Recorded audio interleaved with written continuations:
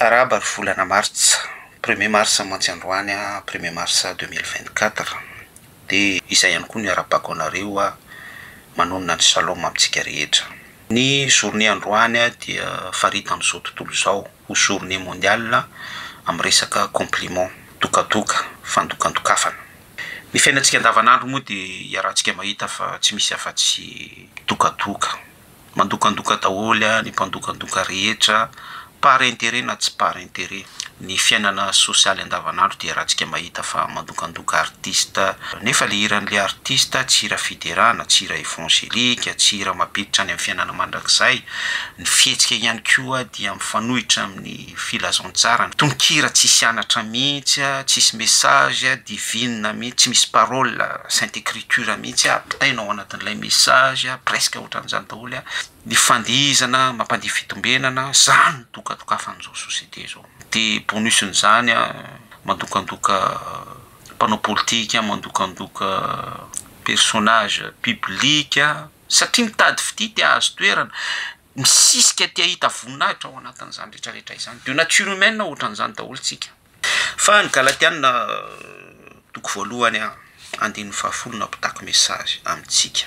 Mazava be ny teny soratra masina hoe raha mbola mila sitraka amin'olona isika dia tsy mpanompon'ny Kristy. Raha mbola mpandokandoka sy mpanome compliment be pour rien, tsy misy hoe resaka ohatran'izany isika dia tsy mpanompon'ny Kristy mihitsy. Za dia gaga aminareo le mandokandoka bishop Cohen miaroaro be fahatany sy ohatran'izany, reny le mpinambola am-piangonana sy mpanao culte des personnalités sy mpaka tombontsoa amin'ny filazantsara reny. Tena be da be mihitsy ny mpino mandokandoka an'ireny fotsiny no asany, ary tena hoe mpiaro an'ireny mihitsy, tsy azonao intouchable mihitsy reny raha vao misy sujet kely resahan'ny soratra masina momba an'ireny. Tena gaga ka journée anareo androany dokadokafy izay tianareo dokadokafana rehetra. Fa izay kosa hijanona amin'ny sainte écriture, izay tsy mandokandoka olona, tsy mandokandoka mpanao politika, tsy mandokandoka artista, tsy mandokandoka niza sisa. Nay Jesosy Kristy raha tsy miandry doka aminay, tsy miandry compliment aminay, ny Andriamanitra ivavahanay. Ka journée anareo androany vidio anio izay sitraky ny fonareo, fa izay kosa dia hifidy anao foana anatanteraka izay voalaza ny soratra masina. Ny Jaona toko faraiky amby roapolo ny amaranako azy nisy fotoana ipetera nila doka tamin'i Jesosy. Jaona, ny apôstôly Jaona discret be mihitsy tao anatin'ny intimité ny mpianatra sy ny mpampianatra Kristy Jesosy. Dia ny any Jaona ilohany fotsiny nankininy teo amin'ny Jesosy Kristy discrètement milaza zavatra be zany. Tsy misy mandokandoka mihitsy, tsy misy compliment mihitsy, fa izay fotsiny lay geste. Rehefa voalazan'ny Kristy Jesosy izay tokony ho lazaina rehetra ny amin'ny fanambarana ny fahafatesana sy ny parabola isan-karazany, dia zao ny tenin'i Jesosy Kristy tao anatin'ny intimité milaza famonjena fiainana mandrakizay ihany koa hoe manaraha tamin'ny Petera, s'adressé tamin'ny Petera izy.